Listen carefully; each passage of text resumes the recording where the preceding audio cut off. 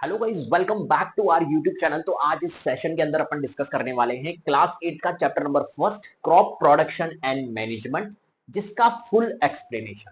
Right, पूरा chapter discuss किया जाएगा। बहुत इंपॉर्टेंट चैप्टर है, यहां से क्वेश्चंस बहुत अच्छे अच्छे लेवल के बनते हैं। राइट, तो ये पूरा चैप्टर अपन डिस्कस करेंगे और एग्जाम में इनमें से ही यहां से ही क्वेश्चंस पूछे जाएंगे। इस तरीके से इसको पीपीटी को सेट किया गया है, इस तरीके से नोट्स क्रिएट किए गए हैं कि क्वेश्चन में आपको कोई भी परेशानी नहीं आएगी। कैसा भी क्वेश्चन पूछ ले, सबके सब इस पीपीटी से ही आएगा, ये मैं गारंटी दे रहा हूं।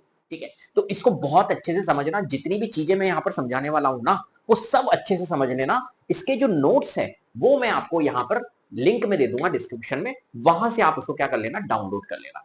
ठीक है, टेलीग्राम पे लिंक दे दूंगा, टेलीग्राम का लिंक दे दूंगा। टेलीग्राम पे लिंक के ऊपर ज्वाइन होने के बाद में वहां पर मैं इसकी जो नोट्स की पीडीएफ है वो वहां पर अपलोड कर दूंगा। ठीक है, चलिए तो शुरू करते हैं फटाफट से। आ जाओ फटाफट बेटा।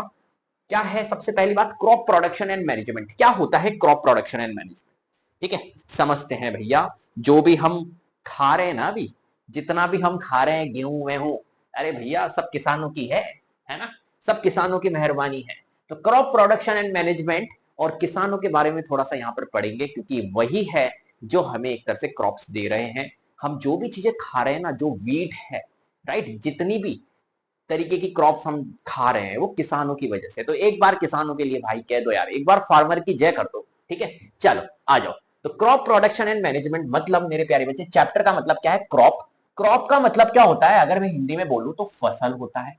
ठीक है, फसल जिसे हम कहते हैं। तो फसलों का क्या करना है, प्रोडक्शन करना है। तो किस तरीके से क्रॉप्स को प्रोडक्ट किया जाता है, प्रोडक्शन किया जाता है, और कैसे उसको मैनेज किया जाता है, इस चैप्टर के अंदर अपन यहां पर पढ़ने वाले। किस तरीके से उसको मैनेज करेंगे, कैसे उसको प्रोड्यूस किया जाता है, उस सब के बारे में अपन यहाँ पर डिस्कस करने वाले हैं। ठीक है, तो all living organism require food for energy. जितने भी लिविंग ऑर्गेनिज्म होते हैं उनको एक तरह से किसकी रिक्वायरमेंट होती है, एनर्जी की रिक्वायरमेंट होती है। और एनर्जी कैसे मिलेगी, एनर्जी मिलेगी भैया फूड से, है ना। बिना फूड के तो एनर्जी मिलनी नहीं। हाँ, फूड नहीं खाओगे तो एनर्जी नहीं मिलेगी। आज मैं आपके सामने क्लास ले रहा हूँ, एनर्जेटिक हूँ। क्यों एनर्जेटिक हूँ, क्योंकि मैंने फूड खाया है। अगर फूड नहीं खाता तो भाई मैं क्लास ही नहीं ले पाता। तो एनर्जी चाहिए के लिए फूड की रिक्वायरमेंट होती है। अब क्या हुआ मेरे प्यारे बच्चे, फूड की अगर रिक्वायरमेंट है तो फूड कौन कौन से है, फूड के अंदर क्या होता है, शुगर्स होती है, प्रोटीन होता है, फैट होता है, और ये सब के सब हमें क्या देते हैं, एनर्जी प्रोवाइड करते हैं। तो कुल मिला के एनर्जी बहुत रिक्वायर्ड होती है लिविंग ऑर्गेनिज्म के लिए। जैसे भाई साहब ये देखो मेंढक है, तो मेंढक के लिए फूड क्या है, मेंढक के लिए फूड ये है।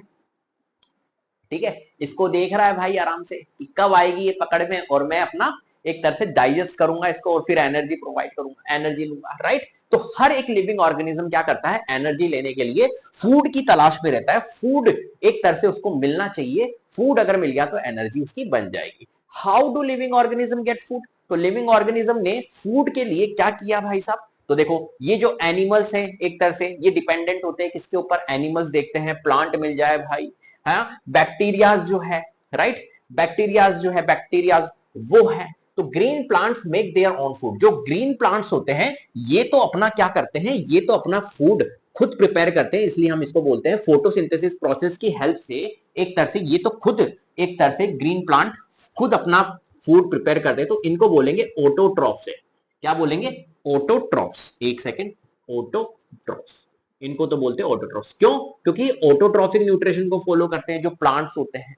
लेकिन एनिमल्स जो होते हैं, जैसे एनिमल्स हुए या हम हैं, वो किसके ऊपर डिपेंडेंट रहते हैं, हम प्लांट्स के ऊपर डिपेंडेंट रहते हैं। ऐसे बैक्टीरिया है, तो बैक्टीरिया भी फूड के लिए किसके ऊपर डिपेंडेंट रहते हैं, एक तरह से दूसरे लिविंग ऑर्गेनिज्म के ऊपर डिपेंडेंट रहते हैं। राइट, बात समझ में आ रही है? तो green plants make their own food through photosynthesis process, जबकि animals including humans depend on plants और other animal for food. Clear है? चलो, तो हम किसके ऊपर डिपेंडेंट है, हम तो दूसरों के ऊपर डिपेंडेंट है भाई, दूसरों के ऊपर डिपेंडेंट है। अपन अपना खाना नहीं बनाते हैं। हाँ, अपन अपना खाना नहीं बनाते। तो growing of crops by human beings, तो ह्यूमन बींग ने क्या किया, ग्रो की क्रॉप्स, है ना। टिल 10,000 बीसी के अंदर पीपल वर नोमेडिक। पीपल जो होते थे ना, लोग जो होते थे वो नोमेडिक होते थे। Nomadic means they moved from place to place in search of food. Food को सर्च करने के लिए, फूड खाने के लिए भाई प्लेस टू प्लेस इधर उधर घूमते रहते। हाँ, कि कहीं ना कहीं से हमें एक फूड मिल जाए और उससे हम एनर्जी ले ले। जैसे यहां पर आपको दिख रहा है ये भाई साहब, ये देखो क्या कर रहे हैं, ये देख रहे हैं, ये दिखा उसको एप्पल, और एप्पल दिखी, हाँ समझ गए, हाँ एप्पल दिखी इस भाई साहब को और एप्पल तोड़ी और भैया गई ये अंदर, समझ गए, गई अंदर और मिल गई एनर्जी। बस इस तरीके से एनर्जी मिल जाती थी।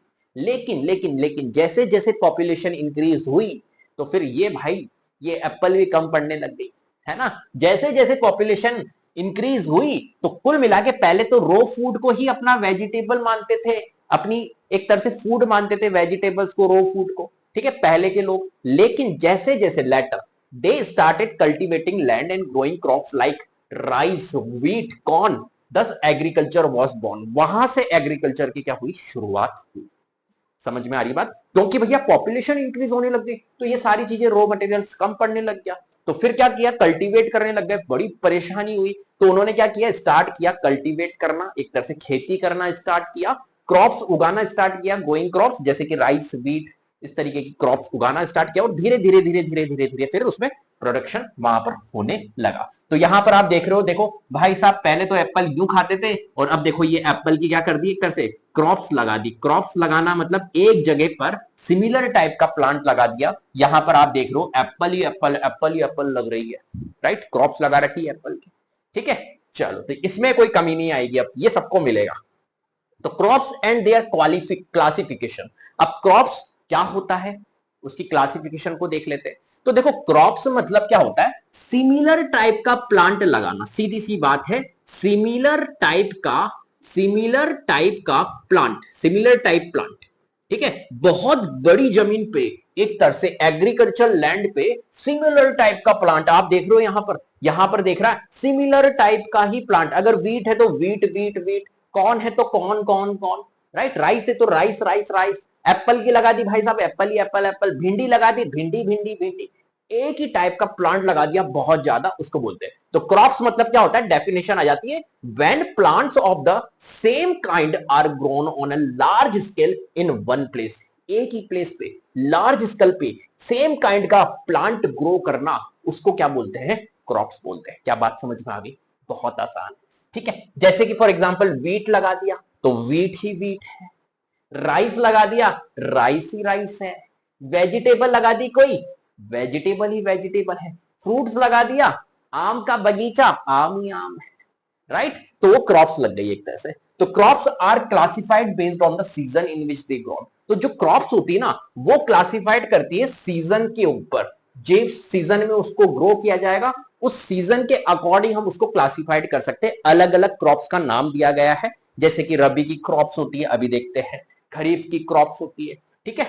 तो कौन कौन सी क्रॉप्स होती है, टाइप्स ऑफ क्रॉप्स अपन यहां पर पढ़ लेते हैं। खरीफ की क्रॉप्स, खरीफ क्रॉप्स क्या होता है, खरीफ क्रॉप्स, तो खरीफ क्रॉप्स मतलब जो क्रॉप्स जो है वो एक तरह से मानसून के अंदर लगती है, ऐसी क्रॉप्स जो मानसून के अंदर, जो रेनी सीजन होता है उसमें लगती है, उसको बोलते हैं खरीफ की क्रॉप्स, खरीफ क्रॉप्स, ठीक है। क्या सीजन होता है इसका, रेनी सीजन होता है, जून से सितंबर के अंदर, आपने देखा होगा जून जुलाई अगस्त सितंबर, इसमें बारिश होती है फुल। तो जून टू सितंबर में जितनी भी क्रॉप्स लगाई जाती है उसको हम बोलते हैं खरीफ की क्रॉप्स, खरीफ क्रॉप्स, ठीक है। तो sown during monsoon, substantial amount of water required for growth, मतलब इसको क्या कर रहा है, ये जो खरीफ की क्रॉप्स होती है ना, इनको बहुत ज्यादा वाटर की रिक्वायरमेंट होती है, सब्सटेंशियल अमाउंट ऑफ वाटर की रिक्वायरमेंट होती है, इसलिए इसको किसमें लगाते हैं, कोई पूछ ले, इसलिए इसको खरीफ, इसलिए इसको रेनी सीजन में लगाया जाता है, क्योंकि बहुत वाटर की रिक्वायरमेंट होती है इस टाइम पर, ठीक है। तो harvested at the end of the monsoon during September October, जून से सितंबर में लगाएंगे और हटाएंगे कब, हार्वेस्ट कब किया जाएगा, हार्वेस्ट मतलब होता है कटाई करना, ठीक है। कटाई कब की जाएगी, निकालेंगे कब इसको, at the end of the monsoon during September और अक्टूबर के अंदर उसको कटाई कर देंगे। Also known as paddy crops, जो हमारी खरीफ क्रॉप्स होती है ना, इसको हम क्या बोलते हैं, पैडी क्रॉप्स भी बोलते हैं। अगर किसी ने बोल दिया पैडी क्रॉप्स तो कंफ्यूज मत हो जाना, खरीफ क्रॉप्स की ही बात कर रहा है। अब फटाफट से देख लेते हैं, खरीफ क्रॉप्स कौन सी क्रॉप्स होती है, जो रेनी सीजन में लगाई जाती है, मानसून के अंदर लगाई जाती है। कब लगाई जाती है, जून में बारिश होती है, जून से सितंबर तक लगाई जाती है, और फिर सितंबर और अक्टूबर में उसकी हार्वेस्टिंग की जाती है, हार्वेस्ट किया जाता है उसको, ठीक है। इसको हम क्या बोलते हैं, पेडी क्रॉप्स भी बोलते हैं। याद हो गया, क्लियर है। एग्जाम्पल जैसे पैडी है, मेज है, सोयाबीन है, ग्राउंडनट, कॉटन, ये सारी की सारी क्रॉप्स जो होती हैं ये खरीफ क्रॉप्स होती है। दिख रहा है, बाजरा हुआ, ठीक है, कॉटन है, मेज है, राइस है, कैस्टर है, ये सारी जो क्रॉप्स है ये हमारी खरीफ की क्रॉप्स है, पता होना चाहिए। चलो नेक्स्ट, रबी क्रॉप्स। रबी क्रॉप्स क्या है भैया? जो रेनी सीजन में लगाएंगे वो तो खरीफ क्रॉप्स हो गई। रबी क्रॉप्स जो हमारी विंटर सीजन में लगेगी उसको रबी क्रॉप्स बोलेंगे। विंटर सीजन मींस सर्दियों का मौसम मेरे प्यारे बच्चे अक्टूबर से स्टार्ट होता है, मार्च तक रहती है सर्दी। तो अक्टूबर से फरवरी मार्च तक आप बोल सकते हो। तो अक्टूबर से मार्च तक हमारी रबी क्रॉप्स लगाई जाती है। कब हार्वेस्ट की जाएगी? मार्च या अप्रैल में हार्वेस्ट की जाएगी। कब लगाया जाता है? सीधी सी बात है, कोल्डर मंथ के अंदर, विंटर सीजन के अंदर इसको लगाया जाता है। एग्जाम्पल जैसे वीट है, आपने देखा होगा हमारे घरों में वीट कब आता है? हाँ, गेहूं कब आता है? जब अप्रैल मई जून में, है ना, अप्रैल मई में आते हैं गेहूं, आपने देखा होगा। हाँ, पिताजी अगर गेहूं लेके आते तो अप्रैल मई में जैसे ही वो होता है एक्टिवेट हो जाते पिताजी, यार कहाँ से ले गेहूं, कितने के आ रहे गेहूं, ये सारी चीजें देखते हैं। कब आते हैं आपके आपके घरों में? आपने नोटिस किया होगा अप्रैल मई में गेहूं आते हैं आपके, राइट। तो वो इसलिए आते हैं क्योंकि अप्रैल मई में क्यों आते हैं? क्योंकि भैया लगाया ही अक्टूबर मार्च में, अक्टूबर से मार्च के बीच में उसको ग्रो किया जाता है। हार्वेस्ट कब किया जाता है? सीधी सी बात है, हार्वेस्ट किया जाएगा मार्च और अप्रैल में, और मई में आपके घर तक पहुंच जाते हैं, मई जून में आपके घर तक पहुंच जाते हैं। तो वीट है, ग्राम है, पी है, मस्टर्ड है ना, ये सारी हमारी क्रॉप्स जो होती है वो रबी की क्रॉप होती है। रबी क्रॉप मींस विंटर वाली क्रॉप्स, विंटर सीजन वाली क्रॉप्स। मस्टर्ड, ग्राम, बार्ली, वीट, ओट्स, बाजरा, ये सब हमारी क्या है? एक तरह से विंटर क्रॉप्स। समर क्रॉप्स कौन सी होती है मेरे प्यारे बच्चे? रेनी क्रॉप्स देख ली, विंटर क्रॉप्स देख ली। समर क्रॉप्स कौन सी होती है? समर क्रॉप्स जिसको हम बोलते हैं जैद की क्रॉप्स, जैद की फसल, जैद। पल्सेस एंड वेजिटेबल्स जितने भी होते हैं ना, grown in summer in some regions, right. जो वेजिटेबल्स होती है, आपकी सब्जियां होती है, वो समर सीजन में ही ग्रो की जाती है। पल्सेस हुई, है ना, जो दालें होती है वो भी एक तरह से समर सीजन में ग्रो की जाती है। तो sown between rabi and kharif season एक तरह से समर क्रॉप्स क्या है? समर क्रॉप्स जो जैद क्रॉप्स होती है वो रबी और खरीफ सीजन के बीच में एक तरह से क्या क्या की जाती है? ग्रो की जाती है, ठीक है। जैसे मार्च और जून के बीच में, है ना। रबी का तो आपको पता है, खरीफ का भी आपको पता है। मार्च और जून के बीच में इन समर क्रॉप्स जो जैद क्रॉप्स होती है उसको ग्रो किया जाता है। एग्जाम्पल जैसे क्यूकम्बर है, वाटरमेलन है, टोमेटो है, ये सब्जियां हैं, फ्रूट्स हैं। इनको कब किया जाता है? पल्सेस हुई जितनी भी, उनको एक तरह से जैद क्रॉप्स कहा जाता है। और ये कब की जाती है? ये की जाती है इनके बीच में, रबी और खरीफ सीजन के बीच में, जैसे मार्च और जून में, ठीक है। जैसे पंपकिन आपको दिख रहा है, खीरा दिख रहा है, कुकुम्बर, पीपर दिख रहा है, मेलोन दिख रहा है, बीटर गार्ड दिख रहा है, टोमेटो दिख रही है, ये सब हमारी किसमें की जाती है? मार्च और जून में। जब भी तो कहते हैं भाई साहब गर्मियों में ही तो आती है सब्जियां मैक्सिमम, है, गर्मियों में ही तो आपको देखने को मिलती है, जून जुलाई के मंथ में बहुत अच्छी अच्छी सब्जियां आती है। क्लियर है? तो ये कारण होता है। Different agriculture practices of crop production. अब क्रॉप्स लगाते हैं, ठीक है। अभी तक हमने थोड़ा सा देखा, बस सीजन के बारे में देखा। अब हम क्रॉप्स लगाएंगे, कैसे क्रॉप्स लगाई जाती है, कैसे प्रोडक्शन किया जाता है, कैसे उसको मैनेज किया जाता है, इस चीज को देख लेते हैं। देखो, different agriculture practices of crop production. Basic agriculture practice क्या कहती है? Preparation of soil. सबसे पहले क्या किया जाता है? सॉइल को प्रिपेयर किया जाता है। मिट्टी जो है ना, ऐसा नहीं है कि जाते ही मैं पहुंच जाऊंगा और कहूंगा लो भैया स्टार्ट करो क्रॉप लगाना, नहीं यार। पहले मुझे क्या करना होगा? पहले मिट्टी को तैयार करना होगा, सॉइल को प्रिपेयर करना होगा। पहले सॉइल को देखना होगा भैया इसमें क्रॉप लग भी सकती है या नहीं लग सकती है, क्या ये सही तो है, ज्यादा एसिडिक तो नहीं है, ज्यादा बेसिक तो सॉइल नहीं है, राइट। अगर एसिडिक सॉइल है तो उसको न्यूट्रलाइज करना होगा, राइट, नहीं तो हार्मफुल होगी, ग्रो नहीं करेगा आपका क्रॉप। तो इसलिए एक तरह से सही से ग्रो क्रॉप करे, उसके लिए क्या किया जाता है? सबसे पहले देखा जाता है कि सॉइल जो है ना वो सही है या नहीं है। अगर सही नहीं है तो उसकी प्रिपरेशन की जाती है, प्रिपरेशन ऑफ सॉइल किया जाता है। प्रिपरेशन ऑफ सॉइल मतलब सॉइल को क्या किया जाएगा? प्रिपेयर किया जाएगा एक तरह से क्रॉप ग्रो करने के लिए।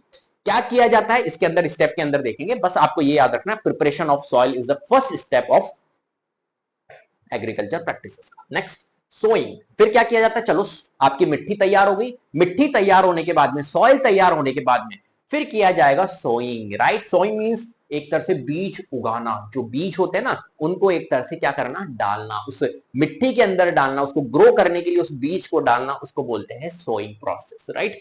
Adding manure and fertiliser. अब बीज आपने डाल दिया, बीज डालने के बाद में क्रॉप क्या करेगी? ग्रो करेगी। जैसे जैसे क्रॉप ग्रो करेगी तो उसके अंदर क्या होंगे भाई साहब? कीड़े भी लगेंगे, राइट। और एक तरह से क्रॉप को ग्रो करने के लिए, क्रॉप को ज्यादा जल्दी ग्रो करने के लिए, जैसे हम हैं, हमारे को न्यूट्रिएंट्स की रिक्वायरमेंट होती है ग्रो करने के लिए, राइट। तो ऐसे ही क्रॉप्स को भी ग्रो करने के लिए किसकी रिक्वायरमेंट होती है, न्यूट्रिएंट्स की रिक्वायरमेंट होती है। वो न्यूट्रिएंट्स कौन से होते हैं, यहां पर मैन्योर एंड फर्टिलाइजर्स का यूज यहां पर किया जाता है, जिससे कि फटाफट से तेजी से ग्रो करे क्रॉप, जल्दी से ग्रो करे, राइट। बात समझ में आ रही है। तो कुल मिला के मैन्योर मीन्स क्या होता है, खाद होती है।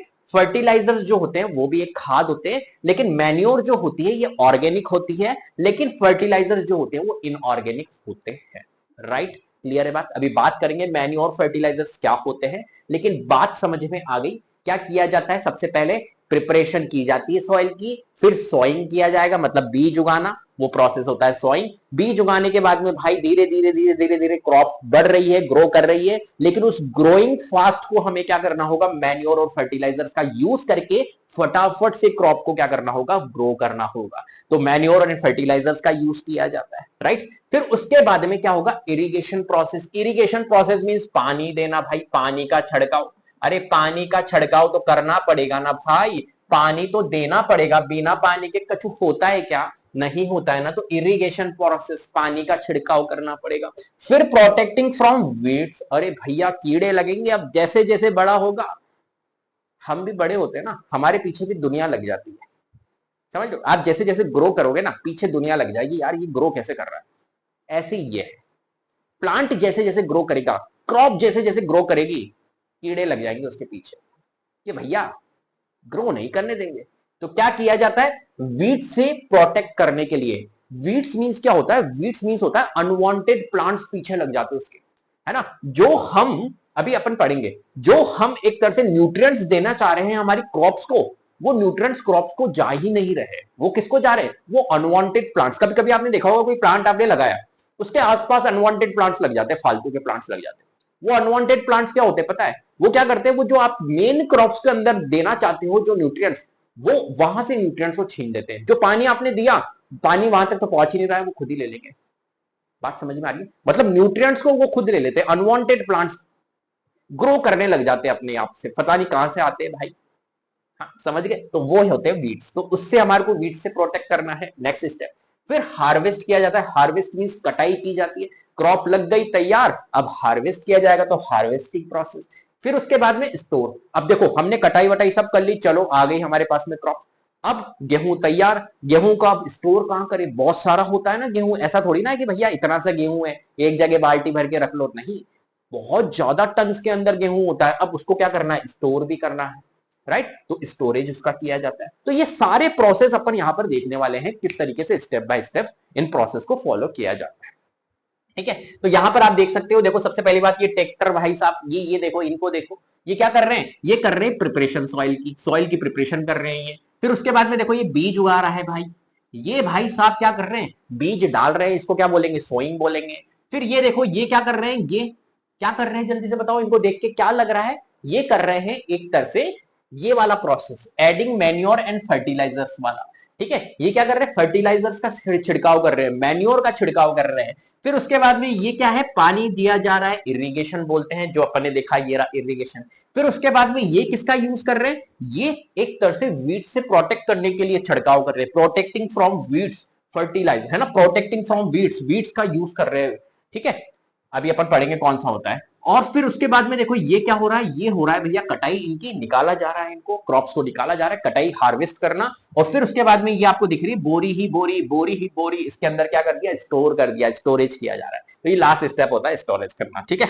चलो आ जाओ, first step preparation of soil, किस तरीके से किया जाता है, कौन कौन से टूल्स यहां पर यूज होंगे, उनके बारे में पढ़ेंगे, एग्जाम के पॉइंट ऑफ व्यू से बहुत इंपॉर्टेंट है।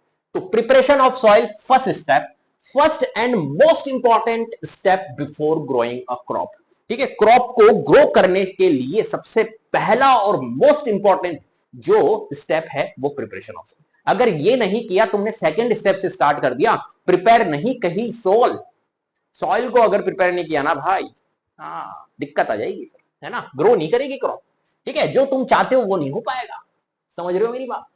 ये देख रहे हो आप, ये हो रही है प्रिपरेशन, ये है preparation of soil, preparation of soil इसे ही कहते हैं बेटा, सॉइल की प्रिपरेशन, ठीक है। क्या किया जाता है, मतलब तैयार किया जाता है मिट्टी को, यार सिर्फ यही है सॉइल की तैयारी, बस। देखो क्या किया जा रहा है, ये जो दिख रहा है आपको, इसके थ्रू इसको क्या किया जा रहा है, एक तरह से प्रिपेयर किया जा रहा है। ठीक है, तो loosening the soil, preparation of soil में क्या होता है, सॉइल को लूज किया जाता है। फॉर एग्जांपल उसके अंदर वीड्स हो, खरपतवार हो, वीड्स हो, अनवांटेड प्लांट्स हो, तो उनको एक तरह से लूज किया जाएगा। एक तरह से इस तरीके से कांटे होते हैं यहाँ पर, राइट, उससे लूज किया जाता है जिससे कि क्या हो, अनवांटेड प्लांट्स हट जाए, राइट। ज्यादा एसिडिक सॉइल हो तो वो हट जाए। तो कुल मिला के ऊपर नीचे आपकी क्या हो जाती है, सॉइल हो जाती है लूज हो जाती है, टाइट सॉइल से लूज सॉइल हो जाती है। तो loosing the soil help roots penetrate deep and allow them to breathe. एक तरह से ये हेल्प करती है क्या, root penetrate deep and allows them to breathe, breathe के लिए एक तरह से आराम से इनको भी सांस मिल जाए भाई साहब, सॉइल को भी थोड़ी बहुत सांस मिल जाए, है ना। ये एक तरह से दब चुकी है, इतने टाइम से ये दब चुकी है, बहुत टाइट हो रखे हैं ये मिट्टी के गड्ढे, इनको क्या किया जाता है, थोड़ा सा लूज किया जाता है, राइट। आपने देखा होगा घरों में भी अपन जब प्लांट्स लगाते हैं, ठीक है, तो उनके ऊपर खुरपी दी जाती है एक, देखी होगी आपने, उनकी सॉइल्स को लूज किया जाता है जिससे प्लांट अच्छे से ग्रो करे, वही प्रोसेस है। Supports the growth of earthworms and microbes which improve soil fertility. क्या करती है लूजनिंग द सॉइल, एक तरह से सपोर्ट करती है ग्रोथ ऑफ अर्थवर्म्स को, अर्थवर्म्स जो होते हैं वो ग्रोथ करे, माइक्रोब्स ग्रोथ करे, विच इंप्रूव सॉइल फर्टिलिटी, जो कि क्या करते हैं, सॉइल की फर्टिलिटी को इंप्रूव करते हैं। तो मोस्ट इंपॉर्टेंट एक तरह से स्टेप है, आप समझ रहे होंगे। Dead plants and animals decompose releasing nutrients back into the soil. जो डेड प्लांट्स होते हैं, जो एनिमल्स होते हैं, जो पहले प्लांट्स लगा हुआ, फॉर एग्जांपल उस इस वाली जमीन पे, ये जो लैंड है एग्रीकल्चर, इसके ऊपर कोई दूसरी खेती कर रखी थी, पहले दूसरी क्रॉप्स लगी हुई थी, राइट। अब मान के चलो इसके ऊपर दूसरी क्रॉप्स में लगा रहा हूं, तो क्या हुआ यहां पर, एक तरह से जो डेड प्लांट्स थे, कुछ हो सकता है यहां पर कोई एनिमल हो, डेड एनिमल्स हो, तो ये क्या हो गया, एक तरह से डिकम्पोज हो गए, ठीक है। तो releasing nutrients back into the soil, तो ये क्या करते हैं, रिलीज करते हैं एक तरह से न्यूट्रिएंट्स को सॉइल के अंदर। अब सॉइल के अंदर न्यूट्रिएंट्स इन्होंने क्या कर दिया, रिलीज कर दिया। अब मैंने क्या किया, सॉइल को एक तरह से प्रिपेयर किया, एक तरह से प्रिपरेशन ऑफ सॉइल में सॉइल को लूज किया जाता है, यूं किया जाता है, सॉइल को लूज करना एक तरह से, समझ लो, एक तरह से पूरी टाइट मिट्टी थी, सॉइल को लूज कर दिया एक तरह से, तो इसके अंदर न्यूट्रिएंट्स जो है वो कहां आ गए, ऊपर आ गए। तो जब ग्रो, क्यों, न्यूट्रिएंट्स कौन से, आपने देखा होगा ना कि जो एनिमल्स है, प्लांट्स है, वो डिकम्पोज होते हैं, तो ये एक तरह से क्या करते हैं, न्यूट्रिएंट्स रिलीज करते हैं। तो ये न्यूट्रिएंट्स, अब मैंने सॉइल जब प्रिपेयर की, तो एक तरह से सॉइल प्रिपेयर करने के दौरान न्यूट्रिएंट्स अब ऊपर आ चुके हैं। अब वो न्यूट्रिएंट्स ऊपर आ चुके हैं, तो अब क्या होगा, जब हम यहां पर क्रॉप्स को ग्रो करेंगे तो वो न्यूट्रिएंट्स इजीली उस क्रॉप पे लग जाएगा और फटाफट से प्लांट आपका ग्रो करेगा। तो ये सबसे मोस्ट इंपॉर्टेंट कॉन्सेप्ट होता है, मोस्ट इंपॉर्टेंट स्टेप होता है loosening the soil, preparation of soil, ठीक है। चलो नेक्स्ट, तो समझ गए आप क्या किया जाता है, सिर्फ मिट्टी को एक तरह से इधर उधर करना, ये प्रोसेस है। ये दिख रहा है आपको, ये देखो, ये कांटे कांटे लगे हुए, तो ये प्रिपरेशन हो रही है, देखो ये मिट्टी के गड्ढे। तो why is soil loosening important, brings nutrients rich soil to the top, making nutrients available to plants. Simple सी बात है, क्यों किया जाता है सॉइल लूजनिंग, सॉइल लूजनिंग इसलिए किया जाता है ताकि जो न्यूट्रिएंट्स अंदर की तरफ है, rich soil, bring nutrients rich soil to the top, क्या हो, जो रिच, जो सॉइल के अंदर आपके न्यूट्रिएंट्स हैं वो कहां आ जाए, टॉप पे आ जाए, ऊपर की तरफ आ जाए, जिससे क्या हो, making nutrients available to plants, जिससे क्या हो, जो न्यूट्रिएंट्स है वो प्लांट्स को इजीली मिल जाए, जिससे कि प्लांट्स इजीली ग्रो हो जाए, right. Improve soil aeration and water absorption, एक तरह से क्या करता है ये सॉइल की एरिशन एंड वाटर एब्जॉर्प्शन को क्या करता है, इंप्रूव करता है, ठीक है। तो ये बहुत इंपॉर्टेंट स्टेप होता है। तो यहां पर आप देख रहे हो इस तरीके से एक तरह से सॉइल को क्या किया जाए, लूज किया गया। चलो सॉइल लूजनिंग हो गई, प्रिपरेशन कर ली हमने सॉइल की, राइट। अब क्या करेंगे, टिलिंग और प्लगिंग। टिलिंग और प्लगिंग क्या होता है, यहां पर आप देख रहे हो, देखो ये सब सॉइल एक तरह से प्रिपरेशन का ही स्टेप है, प्रिपरेशन ऑफ सॉइल का ही स्टेप है ये वाला, ठीक है। तो इसके अंदर क्या किया जाएगा, अब हमने क्या कर दिया, एक तरह से प्रिपेयर कर the soil, preparation of soil में सबसे पहला प्रोसेस क्या किया हमने, लूज किया सॉइल को, loosening the soil.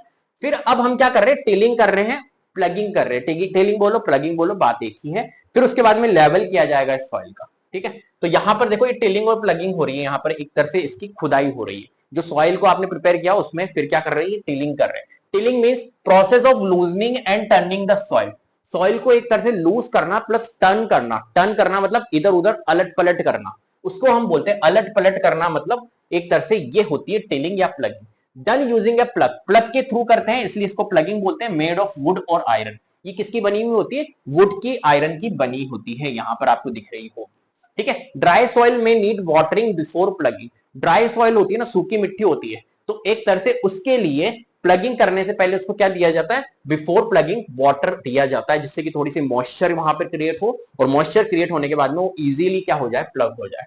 After plugging soil forms big clumps. Plugging होने के बाद में क्या होता है, बड़े बड़े मिट्टी के डेरे होते हैं ना, जैसे यहाँ पर देखो ये प्लगिंग हो रही है, एक तरह से मिट्टी को इधर उधर पलटा जा रहा है। प्लगिंग मीन सिर्फ सीधी सी बात है, टेलिंग प्लगिंग मतलब होता है मिट्टी को उलट पुलट करना। तो अब ये उलट पुलट कर दिया इन्होंने इसके थ्रू। अब क्या हुआ, यहाँ पर ये बड़े बड़े मोटे मोटे, आपने कभी कभी देखोगे मोटे मोटे क्या होते हैं, गड्ढे, मोटे मोटे क्लम्प्स होते हैं, उनको क्लम्प्स बोलते हैं ना। तो क्लम्प्स जो होते हैं वो एक तरह से क्रिएट हो जाते हैं यहाँ पर जब प्लगिंग की जाती है। प्लगिंग मीन्स सॉइल को एक तरह से इधर उधर पलटा जाता है, which need to be broken. तो जो क्लम्प्स हुए हैं मोटे मोटे एक तरह से मिट्टी के गड्ढे है ना, मिट्टी के ढेरे होते हैं, उनको बोलते हैं क्लम्प्स। अब उनको भी क्या होती है, रिक्वायरमेंट होती है ब्रोक करने की, ब्रेक करने की, ठीक है। तो वो भी ब्रेक अभी करेंगे, अभी बताऊंगा मैं क्लम्प्स कैसे होते हैं। लेवलिंग, फिर उसके बाद में क्या किया जाता है, लेवल किया जाता है सॉइल का। चलो ये हो गया। ये होने के बाद में अब मोटे मोटे क्या है भाई साहब, क्लम्प्स हो गए। उसके बाद में उनको क्लम्प्स को क्या किया जाता है, तोड़ा जाता है और फिर लेवल किया जाता है। तो यहां पर आप देख रहे हो ये लेवलिंग की जा रही है लेवलर के थ्रू। ये लेवरल है, एडवांस टेक्नोलॉजी है लेवलर, इसके थ्रू क्या करेंगे, इसको लेवल कर देंगे। तो the field is level for better sowing and irrigation done using a leveller के थ्रू इसको यूज किया जाता है। चलो, तो एडिंग मैन्योर बिफोर टिलिंग, तो यहां पर देखते हैं क्या करेंगे, टिलिंग और प्लगिंग से पहले क्या किया जाता है, एक तरह से एडिंग मैन्योर, मैन्योर को ऐड किया जाता है। Helps in mixing manure properly with soil.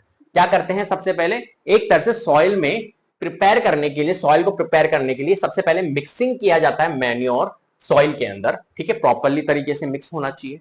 फिर क्या करता है वो, सॉइल में मैन्योर अगर आपने ऐड कर दिया, मैन्योर मींस होता है ऑर्गेनिक खाद, ठीक है। ऑर्गेनिक मैन्योर जो होती है वो क्या होती है, ऑर्गेनिक होती है, ध्यान रखना, ठीक है। आपने देखा होगा ऑर्गेनिक खाद देखी होगी, है ना, गोबर जिसे हम कहते हैं। तो इंप्रूव सॉइल फर्टिलिटी, ये क्या करती है, एक तरह से सॉइल की फर्टिलिटी को इंप्रूव करती है। Soil is moisture before sowing for better seed germination.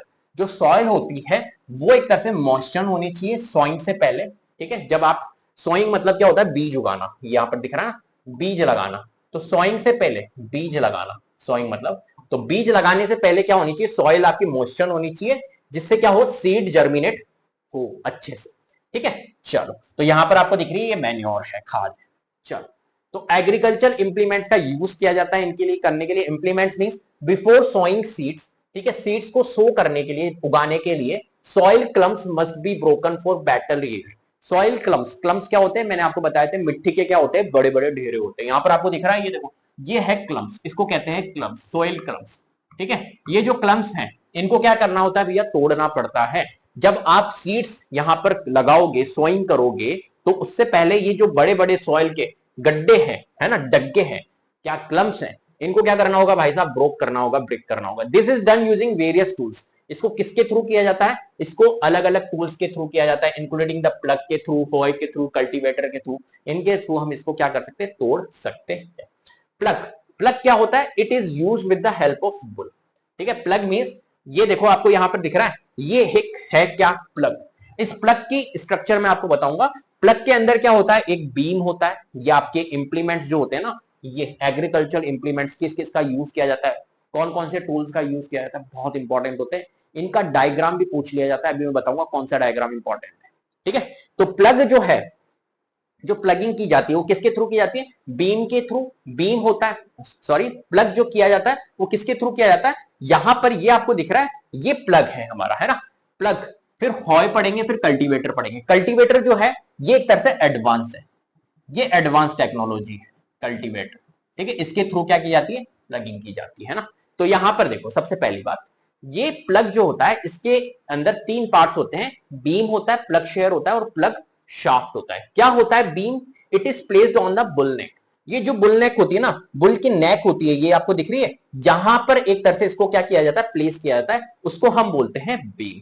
फिर प्लग शेयर दिख रहा है, it is strong triangular iron strip, ठीक है। यहां पर क्या होती है, स्ट्रॉन्ग ट्रायंगुलर आयरन स्ट्रिप होती है, इसको बोलते हैं, यहां पर एक स्ट्रॉन्ग ट्रायंगुलर आयरन स्ट्रिप जो अंदर की तरफ जाएगी एक तरह से सॉइल के अंदर, उसको बोलते हैं प्लग शेयर। और प्लग शाफ्ट क्या आता है, it is long long long log of would which actually help in plugging, ठीक है। लॉन्ग लॉग ऑफ वुड होती है, यहां पर आपको दिख रहा है, यहां से ये कनेक्टेड होती है, ये इसको बोलते हैं एक तरह से प्लग शाफ्ट। तो it is use with the help of bull, bull से हम इसकी, बुल के थ्रू हम इसको क्या करते हैं, यूज करते हैं। It is triangular in shape and 3 parts. ये ट्रायंगुलर शेप का होता है जिसके 3 पार्ट्स यहाँ पर होते हैं। अभी मैं पढ़ाता हूँ कौन सा है। जैसे आपको यहाँ पर दिख रहा है, देखो ये बुल है, ठीक है। उसके बाद में ये आपको दिख रहा है, ये है प्लग। प्लग के अंदर ये वाला पार्ट दिख रहा है, ये ट्रायंगुलर शेप में, ठीक है। तो इस वाली चीज को देखो, ये ऐसा होता है, ठीक है। ये पकड़ लेता है आराम से इसको।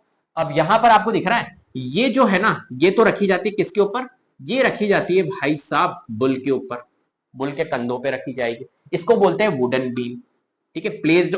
Placed on neck of bullocks, ठीक है। फिर उसके बाद में ये आपको रॉड दिख रही है सीधी सीधी, इसको बोलते हैं प्लग शाफ्ट।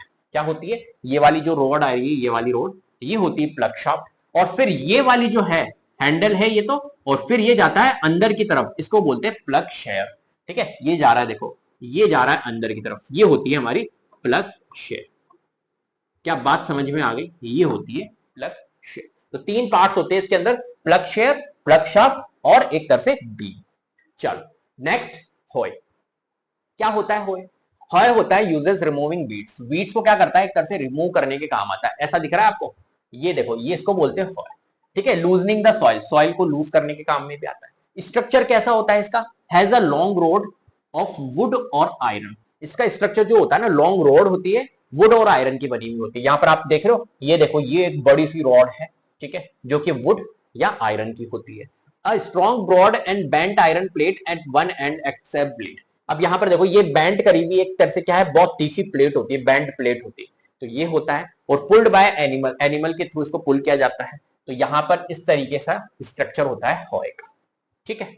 चलो नेक्स्ट, कल्टीवेटर, एडवांस टेक्नोलॉजी है।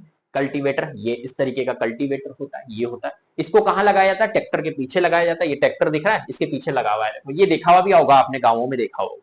तो इसका यूज करके भी क्या किया जाता है, एक तरह से प्लगिंग की जाती है।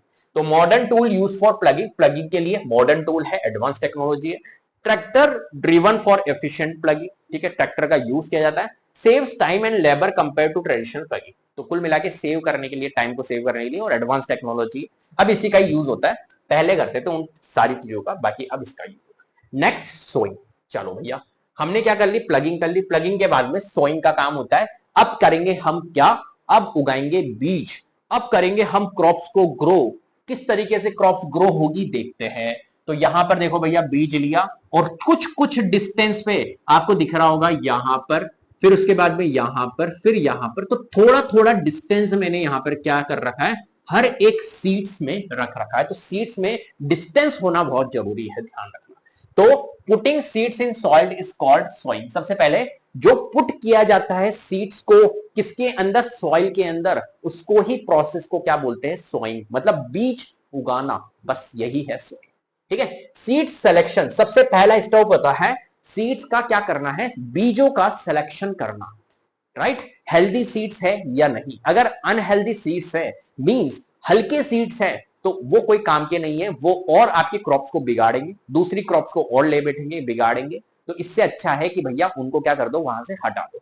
तो सीड्स का सिलेक्शन बहुत इंपॉर्टेंट होता है। किस तरीके से सीड्स को सिलेक्ट किया जाता है, कुछ भी नहीं है, पानी में डाल दो सीड्स को, है ना। और जो हल्के सीड्स होंगे, जिनके अंदर हवा है सिर्फ, और कुछ नहीं है, हल्के सीड्स हैं, वो ऊपर की तरफ रहेंगे, राइट। और बाकी के जो सीड्स बाहरी है, वो नीचे डूब जाएंगे अंदर पानी के। तो पानी के अंदर जो डूब गए वो तो हेल्दी सीड्स है, जो ऊपर की तरफ है सिंक कर रहे हैं वो, ठीक है। बात समझ में आ गई। तो how to select seeds for sowing, good quality seeds are selected for sowing. Good quality के सीड्स सेलेक्ट किए जाएंगे। They are chosen by putting them in water, उन्हें क्या किया जाता है, वाटर में डाला जाता है। If they are of bad quality they become hollow and float in water. अगर वो बैड क्वालिटी की है तो वो क्या करते हैं, फ्लोट करते हैं, है ना। और अगर अच्छी क्वालिटी के है तो वो अंदर डूब जाएंगे, सिंक कर जाएंगे। तो if they are of bad quality they become hollow and float in water, उठा के बाहर पटको। If they are of good quality they sink in water, अगर गुड क्वालिटी के होंगे तो वो सिंक करेंगे, ठीक है। चलो, तो यहां पर कुछ कुछ डिस्टेंस पे इनको लगाया जाता है, ये एक तरीका होता है। टूल्स यूज्ड फॉर सोइंग, तो कौन कौन से टूल्स का यूज किया जाता है सोइंग के लिए। क्या हाथों से उठा के रखेंगे सर, क्या हाथों से उठा के बीज को डालेंगे, नहीं नहीं, है ना। कुछ टूल्स का यूज किया जाता है, उसके थ्रू हम एक तरह से मैनुअली भी कर सकते हो, कोई दिक्कत नहीं, मैनुअली हाथों से भी आप कर सकते हो, बट और भी कई तरीके हैं। ट्रेडिशनल टूल, सबसे पहला funnel shape tool use for sowing. तो यहां पर आपको दिख रहा है, ये देखो यहां पर लग रखी है फनल, ये आपके पास में बेल है और यहां पर लग रखी है एक फनल, कॉनिकल शेप में है और इसके ऊपर देखो ये रॉड है और ये जाती है हमारी अंदर मिट्टी के, दिख रही है, बहुत तीखी होती है, अंदर जाती है। और यहाँ पर है फनी, ये देखो क्या कर रहा है, ये फार्मर क्या कर रहा है, इसके अंदर क्या डाल रहा है, सीड्स डाल रहा है, सीड्स डाल रहा है, सीड्स डाल रहा है, और वो जा रहा है सीधे अंदर, कुछ कुछ डिस्टेंस पे वो लगा देता है। तो funnel shape tool use for sowing, funnel shape tool का यूज किया जाता है। Seeds are filled into the funnel and pass through 2 और 3 पाइप्स विद शार्प एंड्स। ठीक है, क्या किया जाता है, सीड्स को फिल किया जाता है फनल के अंदर और पास किया जाता है थ्रू 2 और 3 पाइप से with sharp and, sharp and होता है, बहुत तीखा एंड होता है इसका, और वहां से इसको पास किया जाता है सॉइल के अंदर। The sharp ends pierce the soil and place to the seeds inside. ठीक है, वो क्या करता है, शार्प एंड जो है वो पियर्स करता है सॉइल को और प्लेस द सीड्स इनसाइड, और अंदर की तरफ ये क्या कर जाता है, एक तरह से सीड्स चल जाता है। ठीक है, फर्स्ट तो ये है जो आपको दिख रहा है। सेकंड है ट्रेडिशनल, ये ट्रेडिशनल टूल है, इसके थ्रू भी किया जाता है। तो सीड ड्रिल इसे कहते हैं, एक तरह से सीड को ड्रिल कर देना, सीड को एक तरह से भाई साहब अंदर सॉइल के अंदर ड्रिल कर देना। ठीक है, तो इसको बोलते हैं सीड ड्रिल। तो modern tool use with the tractor for sowing, तो ट्रैक्टर का यूज किया जाता है इसके लिए। ठीक है, ट्रैक्टर के पीछे लगाया जाता है इसको और इसके अंदर सीड्स यहां पर डाल दिए जाते हैं। ये बॉक्स आपको दिख रहा है, इस बॉक्स के अंदर सीड्स डाल दिए जाते हैं और ये सीड्स को कुछ कुछ डिस्टेंस में यहां पर इस तरीके से ये सीड्स को लगा देता है। तो modern tool use with tractor for sowing and ensure uniform spacing and correct depth of seeding. अब देखो यहां पर तो इंश्योर नहीं होगी, यहां तो मैन्युअली आपको करना होगा इतने इतने डिस्टेंस पे, लेकिन ये एक परफेक्ट डिस्टेंस पे ये सीड्स को लगाता है, तो ये एक बेटर ऑप्शन है हमारे पास में। तो modern tool use with tractor for sowing ensure uniform spacing, uniform एक पर्टिकुलर एक यूनिफॉर्म स्पेस रखता है and correct depth of seeds, right. Seeds get covered with soil, जो सीड्स है वो क्या करता है, कवर्ड रखता है सॉइल से, preventing them from being eaten by birds, और प्रिवेंट भी करता है वो, ताकि प्रिवेंट करे एक तरह से बर्ड्स को, बर्ड्स ईट ना करे उस सीड्स को, जिससे कि भैया हमारी क्रॉप ही नहीं लग पाए। और save time and labour, labour की और टाइम की भी एक तरह से क्या करता है, ये बचत करता है। फाइनेंशियली भी बचत हो जाती है, टाइम की भी बचत हो जाती है। समझ गए, चलो। इंपॉर्टेंस ऑफ प्रॉपर सोइंग, तो क्या इंपॉर्टेंस है प्रॉपर सोइंग करने की। तो सबसे पहली बात, बीज उगाने से पहले आपको थोड़ी सी चीजें पता होनी चाहिए। क्या करना है, एप्रोप्रिएट डिस्टेंस रखना है between seeds, prevents over crowding, right. ऐसा नहीं है कि एक जगह पे तुमने 5-6 बीज लगा दिए, वो गलत हो जाएगा। मैंने कहा ना प्रॉपर स्पेस होना चाहिए, जैसे यहां पर दिख रहा है 1 2 3 4 5, यहां पर देखो ये प्रॉपर स्पेस है इनके बीच में, तो ये बेस्ट मेथड होता है। Ensure plants get sufficient sunlight, nutrients and water, ensure करना है प्लांट्स को गेट सफिशिएंट सनलाइट, एक तरह से प्लांट्स को क्या मिले, क्या क्रॉप को क्या मिले, सफिशिएंट सनलाइट मिलनी चाहिए, न्यूट्रिएंट्स मिलने चाहिए और वाटर मिलने चाहिए। ये आपको इंश्योर करना है सोइंग करने से पहले। In some cases extra plant are remove to maintain proper spacing. Extra plant means जो अनवांटेड प्लांट्स है, जो वीड्स है, extra plants means unwanted plants, unwanted plants means जो वीड्स है उनको क्या करना है, उनको हमें रिमूव कर देना है। अनवांटेड प्लांट्स मींस वीड्स को हमें क्या कर देना है, रिमूव कर देना है, ये ध्यान रखना। In some cases extra plants are remove to maintain proper spacing, right. चलो next, if farmers grow crop again and again in same field what will happen. अगर फार्मर क्या करेगा, एक तरह से ग्रो करेगा क्रॉप अगेन एंड अगेन, एक के बाद एक क्रॉप को ग्रो करेगा, तो क्या होगा उस फील्ड के अंदर, क्या देखने को मिलेगा। तो plants and crops require nutrients to grow, तो प्लांट्स और क्रॉप्स को क्या होता है, ग्रो करने के लिए न्यूट्रिएंट्स की रिक्वायरमेंट होती है, ये तो आपको पता ही है। ठीक है, if we grow crop again and again in same field, अगर हम बार बार एक ही फील्ड पे क्रॉप को ग्रो करेंगे, उससे क्या होगा, soil will become poor in nutrients. तो न्यूट्रिएंट्स, जो सॉइल में न्यूट्रिएंट्स है वो क्या हो जाएंगे, बहुत वीक हो जाएंगे, है ना, पुअर पड़ जाएंगे। तो पुअर सॉइल हो जाएगी वो, एक तरह से सॉइल किसी काम की नहीं रहेगी। तो फिर आप अगर वहां पर कोई क्रॉप ग्रो करोगे तो वो अच्छे से ग्रो नहीं कर पाएगी, तो उसके लिए न्यूट्रिएंट्स की रिक्वायरमेंट होगी। तो मैन्योर फर्टिलाइजर्स का इनका यूज करेंगे। तो so we need to add manure and fertiliser to add nutrients in the soil that plants can grow properly. तो क्या किया जाता है, एक तरह से वहां पर यूज किया जाता है मैन्योर और फर्टिलाइजर्स का, जिससे कि उनको न्यूट्रिएंट्स मिल सके, सॉइल फर्टिलाइज हो सके, जिससे कि प्लांट्स आपका ग्रो हो सके। मैन्योर एंड फर्टिलाइजर्स, तो मैन्योर ये रहा, फर्टिलाइजर्स ये रहा, देख लेते हैं। तो manure and fertilisers are substances added to soil. ठीक है, मैन्योर और फर्टिलाइजर्स क्या होते हैं, ऐसे सब्सटेंसेस होते हैं मेरे प्यारे बच्चे, जो क्या करते हैं, ऐड किया जाता है सॉइल के अंदर। क्या करता है वो, न्यूट्रिएंट्स प्रोवाइड करता है प्लांट को ग्रो करने के लिए। राइट, सिंपल सी बात है। ये एक तरह से प्लांट को ग्रो करने के लिए न्यूट्रिएंट्स, जैसे हम न्यूट्रिएंट्स लेते हैं, खाना वाना हमारे लिए क्या है, न्यूट्रिएंट्स है, वैसे ही प्लांट को ग्रो करने के लिए ये न्यूट्रिएंट्स है, सीधी सी बात है। Soil naturally contain minerals, soil के अंदर क्या होती है, नेचुरली क्या होता है, मिनरल्स होता है, वाटर होता है, न्यूट्रिएंट्स होते हैं, बट कॉन्टिन्यूस कल्टीवेशन डिप्लीट्स देम। लेकिन कॉन्टिन्यूसली हम क्या करेंगे, कल्टीवेट करेंगे, तो वहां पर क्या होगा, एक तरह से वो जो सॉइल है ना, वो क्या पड़ जाएगी, पुअर पड़ जाएगी, जिससे कि वो क्या होगी, एक तरह से दिक्कत हो जाएगी। तो फार्मर क्या करते हैं, farmer replenish soil nutrients through manuring, ensure healthy crop. तो फार्मर क्या करते हैं, एक तरह से इंश्योर करते हैं सॉइल के न्यूट्रिएंट्स को, सॉइल को देखते हैं, और एक तरह से वहां पर मैन्योर का, फर्टिलाइजर्स का, इनका यूज करते हैं, जिससे कि सॉइल फर्टिलाइजेशन अच्छे से हो। ठीक है, चलो, और अच्छे से क्रॉप क्या हो, ग्रो करे। Next, manure. मैन्योर क्या है, एक ऑर्गेनिक सब्सटेंसेस है, obtain from decomposed plants and animal waste. ठीक है, एनिमल वेस्ट जैसे गोबर हुआ, तो गोबर एक क्या है, खाद है, मैन्योर है। तो एनिमल वेस्ट से मिलने वाली, डिकम्पोज्ड प्लांट्स जो होते हैं वो डिकम्पोज्ड हो जाते हैं, उनसे मिलने वाली, उसको हम बोलते हैं मैन्योर, खाद बोलते हैं। ये एक ऑर्गेनिक सब्सटेंस है, ये हार्मफुल नहीं होते, लेकिन हाँ, ये एक तरह से फर्टिलाइजर से कम थोड़ा सा रिएक्ट करती है, क्योंकि इसका रिजल्ट जो होता है ना, वो बहुत लेट मिलेगा आपको, राइट। ऑर्गेनिक है ना, तो इसका रिजल्ट लेट मिलेगा, मैन्योर का रिजल्ट फास्ट मिलता है, इसका रिजल्ट थोड़ा लेट मिलता है, लेकिन ये हार्मफुल नहीं है हमारी क्रॉप्स के लिए। फर्टिलाइजर्स जो होते हैं वो हार्मफुल होते हैं हमारी क्रॉप्स के लिए, इस चीज को ध्यान रखना, अभी अपन डिफरेंस देखेंगे। Preparation, farmers dump organic waste into pits and allow micro organism to decompose it.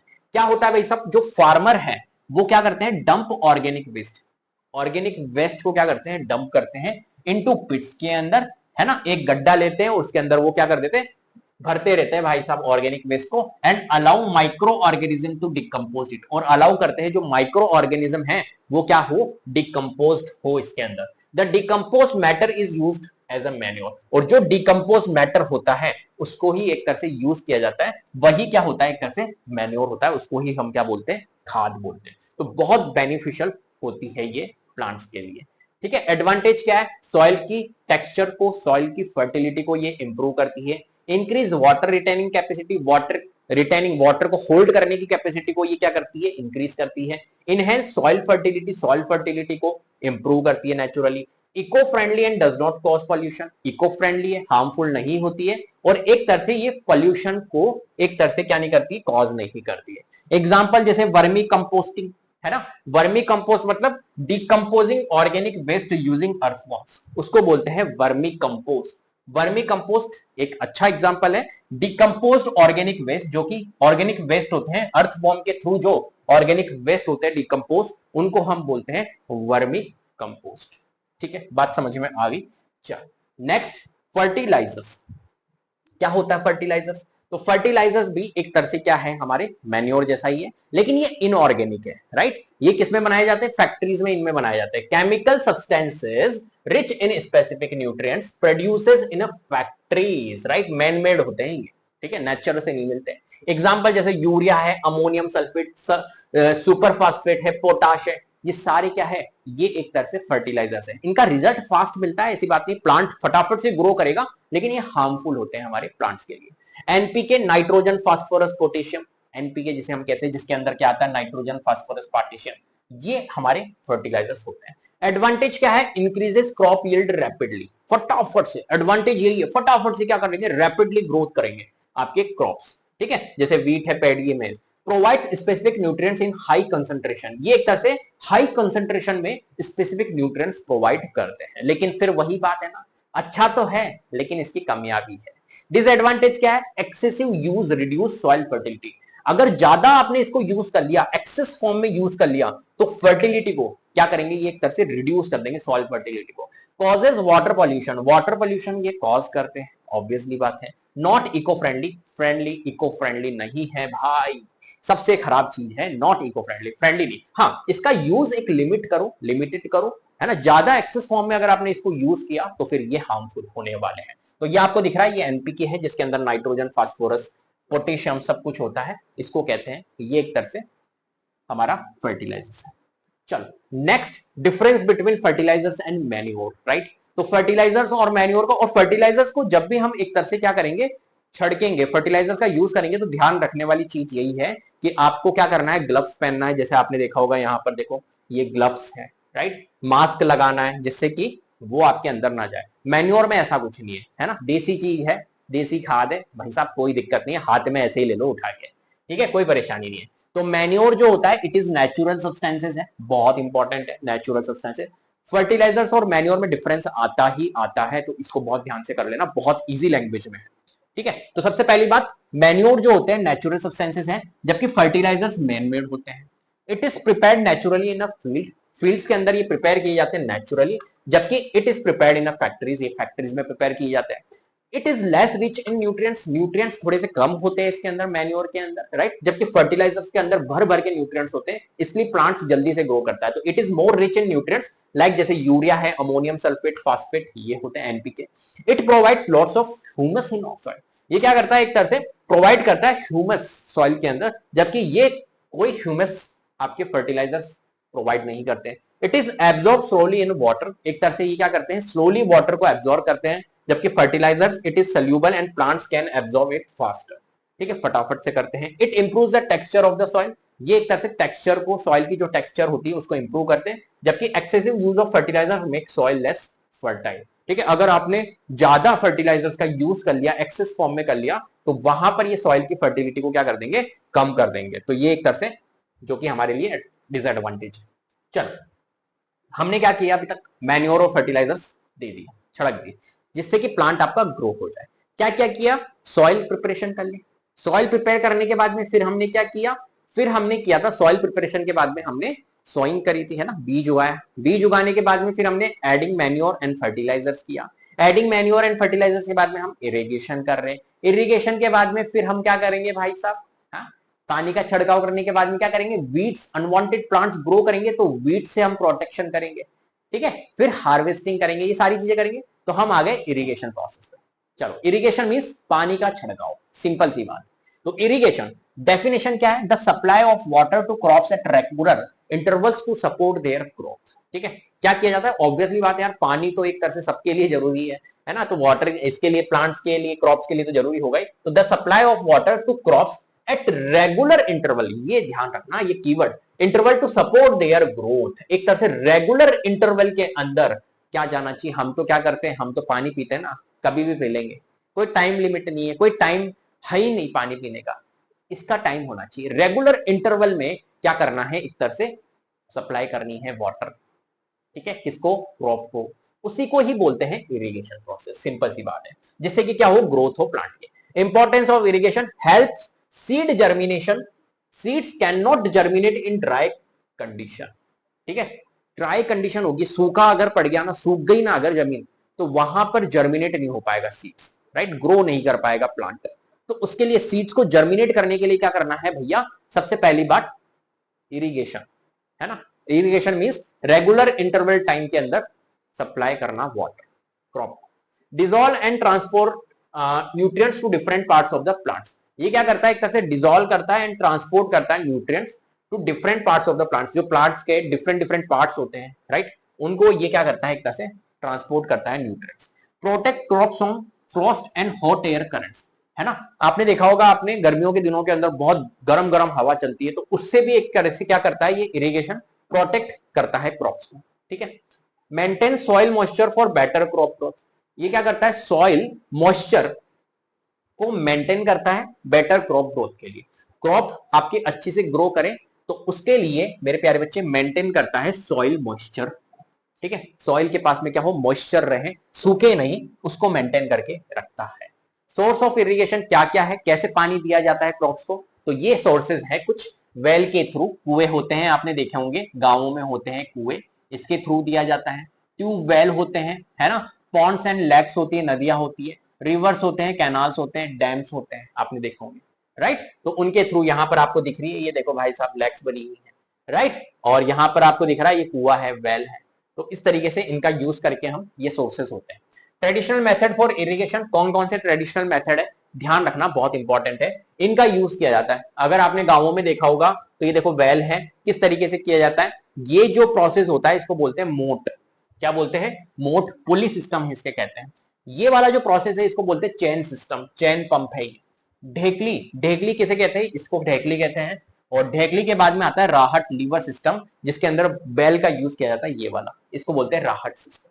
ठीक है, ये पूरी आपकी एनसीईआरटी बुक के अंदर दिया हुआ है, तो आप देख सकते हो। इसको हम क्या बोलते हैं, इसको मोट बोलते हैं, पुली सिस्टम। इसके अंदर क्या होता है, देखो सबसे पहली बात, ट्रेडिशनल मेथड ऑफ इरिगेशन क्या है, this method use humans and animal power making them cheaper but less efficient. ठीक है, ये एक तरह से चीपर है, ज्यादा एक तरह से कॉस्ट नहीं लगती इसके अंदर, है ना, सस्ता, सुंदर और टिकाऊ है। और एक तरह से क्या करता है, ये लेस एफिशिएंट है, लेकिन ध्यान रखना ह्यूमंस और एनिमल पावर का यहाँ पर यूज होता है। यहाँ पर आप देख रहे हो ह्यूमंस ही यूज कर रहे हैं या एनिमल्स, राइट। कैसे किया जाता है, मोट क्या है, मोट पुली सिस्टम है। कैसे यूज किया जाता है, use a bucket and pulley to lift water. एक तरह से बकेट का यूज किया जाता है और एक तरह से लिफ्ट किया जाता है, वाटर को खींचा जाता है। सिंपल सी बात है, कुएं से एक तरह से पानी उठाना, वही है ये मोट परिणाम। ठीक है, तो यहां पर आपको दिख रहा है ये एक तरह से सिस्टम पुली सिस्टम है, पुली करना। चेन पंप, चेन पंप आपने देखा ये वाला, ये भी होता है। यहां पर क्या होता है, ये एक तरह से नीचे पानी होता है और एक तरह से यहां पर इसके ऊपर, इस चेन पंप के ऊपर बाल्टियां लगी हुई होती है। तो chain pump a series of bucket, एक तरह से क्या है, बकेट का सीरीज होता है। Attach to chain lift water, attach होता है चेन से और वो क्या करता है, लिफ्ट करता है वाटर को खींचने का काम करता है। तो इस तरीके से क्या कर रही है, ये भी पहुंचा रही है पानी। ढेकली सिस्टम क्या होता है, ढेकली सिस्टम ये आपको दिख रहा है, ये ढेकली सिस्टम है। A lever system to draw water from a well, ये लीवर सिस्टम होता है, ये आपको दिख रहा है, ये एक तरह से लीवर सिस्टम है। यहाँ पर देखो एक वजन वेट रखा हुआ है, जिससे कि क्या करें, ये इसमें से पानी निकाले, यहां से पानी उठाता है बंदा और दे देता है। ठीक है, तो इसको बोलते हैं ढेकली सिस्टम। एक होता है राहत लीवर सिस्टम, यूज किसका, बेल का यूज किया जाता है, यहाँ पर एनिमल्स का यूज किया जाता है, ड्रॉ वाटर फ्रॉम वेल्स। तो यहाँ पर आपको दिख रहा है, इसको बोलते हैं राहत।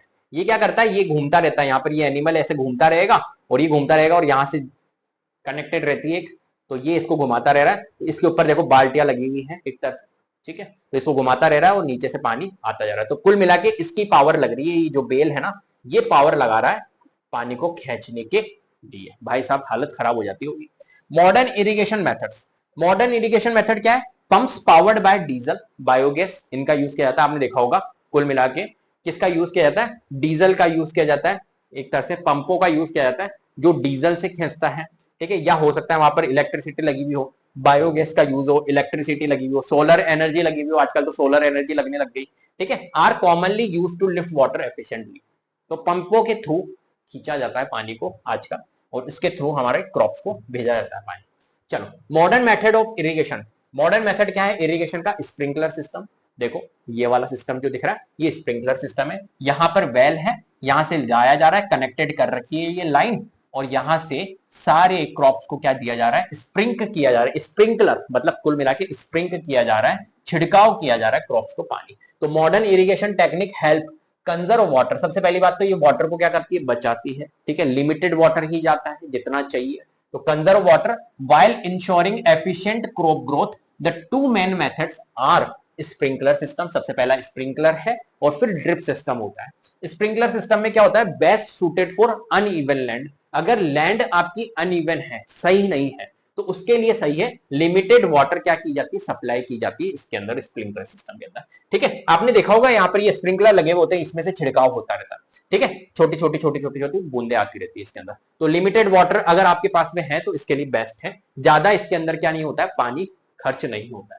Perpendicular pipes with rotating nozzles are connected to a main pipeline. अब यहां पर देखो ये परपेंडिकुलर पाइप लगे हुए होते हैं और इसके ऊपर नोजल लगी हुई होते हैं, और यहां से ऐसे पानी निकलता रहता है यूं तरीके से, यूं उसको बोलते हैं स्प्रिंकलर कर रहा है, मतलब कुल मिला के। Water flow under pressure and sprinkler likes rain और क्रॉप्स। ठीक है, वाटर क्या होता है, फ्लो करता है अंडर प्रेशर के अंदर, और स्प्रिंकल्स लाइक रेन और क्रॉप्स।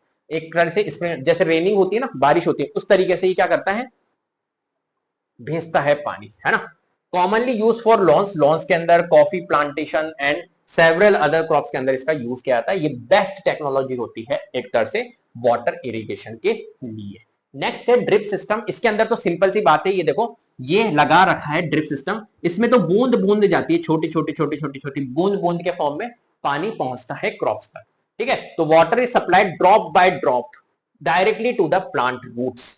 मिनिमाइज वाटर वेस्टेज, बहुत कम वाटर वेस्टेज होता है। अगर लिमिटेड आपके पास में वाटर है ना, बहुत कम वाटर है, बेस्ट ऑप्शन है water wastage making it ideal for water scarce region, best for watering, watering के लिए बेस्ट है, फ्रूट प्लांट्स हैं, गार्डन्स हैं, ट्रीज हैं, इनमें यूज किया जाता है, highly efficient in saving water, ये सबसे बेस्ट मेथड होता है वाटर को सेव करने के लिए, and improving soil moisture and retention, क्योंकि ये चलता ही रहेगा कुल मिला के। तो कुल मिला के मॉइस्चर रहेगी आपकी, सॉइल जो होगी वो थोड़ी गीली रहेगी, और एक तरह से वाटर कैपेसिटी रिटेंशन आपकी इंक्रीज हो जाएगी। चल नेक्स्ट, प्रोटेक्टिंग फ्रॉम वीड्स। अब वीड से हमें क्या करना है, प्रोटेक्ट करना है। ठीक है, हमने पानी भी दे दिया, पानी देने के बाद में अब धीरे धीरे धीरे धीरे धीरे धीरे क्या कर रही है, क्रॉप ग्रो हो रही है। क्रॉप ग्रो होने के बाद में अब इसके ऊपर आ गए हैं भाई साहब दुश्मन, है ना, वीड्स आ गए हैं। वीड्स क्या होते हैं, अनवांटेड प्लांट्स, फालतू के प्लांट्स क्या हो रहे हैं इसके पास में, ग्रो कर रहे हैं। अब इनको क्या करना है, हमें रिमूव करना है। तो कुल मिला के प्रोटेक्शन देनी है हमें वीड्स से। वीड्स को हम क्या बोलते हैं, खरपतवार। क्या बोलते हैं, खरपतवार। ये होते हैं अनवांटेड प्लांट। आप देखना कभी आपने कोई प्लांट लगाया, उसके पास में फालतू के प्लांट और लग जाएंगे, अनवांटेड प्लांट्स। आप कहोगे यार मैंने लगाया तो गुलाब का पौधा था, इसके आसपास ये कौन से ग्रीन वाले पौधे उग गए, राइट, उसे ही कहते हैं खरपतवार, unwanted plants. What are weeds, तो weeds are unwanted plants that grow naturally in crop field. जैसा यहां पर आपको दिख रहा है, ये फालतू के अनवांटेड प्लांट्स देखो ये लग चुके हैं, जो कि रिक्वायर्ड नहीं थे, तो ये वीड्स है।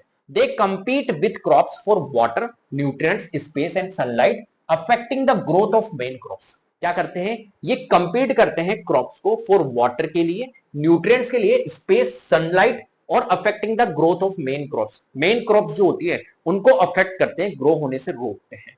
ठीक है, तो जो सनलाइट उनके ऊपर पड़नी चाहिए थी, भाई साहब ये सनलाइट भी नहीं पड़ने दे रहे। जो स्पेस उनको मिलना चाहिए था मेन क्रॉप्स को, वो स्पेस ये नहीं दे रहे। जो वाटर उनको मिलना चाहिए था वो नहीं दे रहे। जो न्यूट्रिएंट्स उनको मिलना चाहिए था वो नहीं दे रहे। सबकी सब वो खुद कंज्यूम कर जाते हैं, जिससे कि मेन क्रॉप्स के ऊपर इंपैक्ट पड़ता है। Weeding, removal of weeds. Weeding क्या होता है, वीडिंग मींस वीड्स को रिमूव करना, उसको बोलते हैं वीडिंग। तो वीडिंग कैसे किया जाता है, the process of removing weeds is called weeding. It is essential to prevent crop damage. ठीक है, ये क्या यूज किया जाता है, क्यों यूज किया जाता है, ये एक एसेंशियल है प्रिवेंट क्रॉप डैमेज। क्रॉप आपकी खराब नहीं हो, उसको प्रिवेंट करने के लिए इसका यूज किया जाता है वीडिंग प्रोसेस का। ठीक है, चलो next, method of weeding. Weeding कैसे की जाती है, आपको दिख रहा है यहाँ पर, देखो ये छिड़काव कर रहा है, ये एक अच्छा मेथड है वीडिंग करने का, राइट। इस तरीके से इसको लगाया जा रहा है, हटाया जा रहा है ना। और यहाँ पर आप देख रहे हो एक तरह से मैनुअली वीड्स को हटाया जा रहा है ना, खुरपी के थ्रू। तो देखो टिलिंग प्रोसेस, जैसे प्लगिंग आप करते हो, डन बिफोर सोइंग क्रॉप्स, यहाँ पर आप देख रहे हो ये टिलिंग प्रोसेस है, इसको बोलते हैं प्लगिंग करना। ठीक है, ये एक सबसे बेस्ट शुरुआत में मेथड होता है, जिससे कि वीड्स आपके अनवांटेड प्लांट्स हट जाए, जब प्रिपरेशन किया जाता है सॉइल का। मैनुअल रिमूवल, देखो यहां पर देखो मैनुअली क्या कर रहा है, एक तरह से ये हटा रहा है वीड्स को। वीड्स आर अनप्रूटेड और cut close to the ground. Tools like जैसे खुरपी का यूज किया जाता है, हैंड होए भी हम बोल सकते हैं, या सीड ड्रिल आर यूज, इसका यूज किया जाता है। वीडीसाइड्स क्या होते हैं, केमिकल कंट्रोल्स, वीडीसाइड्स का यूज किया जाता है। ये एक तरह से क्या है, एक तरह से जैसे फर्टिलाइजर्स होते हैं, मैन्योर होता है ना, वैसे ही ये केमिकल होता है वीडीसाइड्स, राइट। तो वीडीसाइड्स केमिकल होता है, स्पेशल केमिकल लाइक जैसे उसको बोलते हैं 2,4-D, ध्यान रखना, इसको बोलते हैं 2,4-D chemical are spread to kill weeds, right. Weeds को क्या कर देता है, ये किल कर देता है। They do not harm crops, ये क्रॉप्स को हार्म नहीं करते। आप सोचोगे अरे सर ये केमिकल है तो हम लगाएंगे तो क्रॉप्स, हमारी जो मेन क्रॉप्स है वो डैमेज रहेगी, नहीं, उसको हार्मफुल नहीं है। Must be diluted with water before spraying, क्या करना चाहिए, डाइल्यूट कर देना चाहिए वाटर के अंदर सबसे पहले इसको, वीड्स को, वीडीसाइड्स को। ठीक है, जो हमारा वीडीसाइड्स होता है 2,4-D, उसको अच्छे से वाटर के अंदर मिक्स करके और फिर स्प्रे करना चाहिए। प्रिकॉशन क्या है, farmer should cover their nose and mouth while spraying to avoid health hazard, right. जब वीडीसाइड्स का वो यूज करे, 2,4-D लाइक केमिकल का यूज करे, तो उस टाइम पर फार्मर को क्या किया जाता है, सजेस्ट किया जाता है, प्रिकॉशन रखना चाहिए किसका, नोज को प्रोटेक्ट करने का। जैसे यहाँ पर आपको दिख रहा है ये मास्क लगा रखा है, और एक तरह से क्या करना है भैया, ग्लव्स व्लव्स पहन के, ताकि हमारी हेल्थ को कोई नुकसान नहीं पहुंचे। चलो हार्वेस्टिंग, अब हमने वीडीसाइड्स का यूज कर लिया, एक तरह से वीड से प्रोटेक्ट कर लिया। उसके बाद में हम क्या करते हैं, लास्ट स्टेप आता है हमारा हार्वेस्ट। हार्वेस्टिंग के बाद में फिर उन्हें स्टोर भी किया जाता है, लास्ट स्टेप तो नहीं है। ठीक है, अब सबसे पहले क्या किया जाएगा, इनको हार्वेस्ट किया जाएगा। हार्वेस्ट मींस क्या होता है, कटाई करना। क्या होता है, कटाई करना। अब इनको क्या किया जाएगा, कटाई किया जाएगा। कटाई कैसे की जाएगी भाई, सिंपल सी बात है, या तो मैनुअली कर सकते हैं, जैसे आपको ये दिख रहा है किसान लोग हैं, फार्मर्स हैं, ये क्या कर रहे हैं मैनुअली एक तरह से खुरपी की हेल्प से क्या कर रहे हैं इसकी कटाई कर रहे हैं, है ना। या तो ऐसे कर सकते हैं या फिर हार्वेस्टर का यूज कर सकते हैं, इसको बोलते हैं हार्वेस्टर।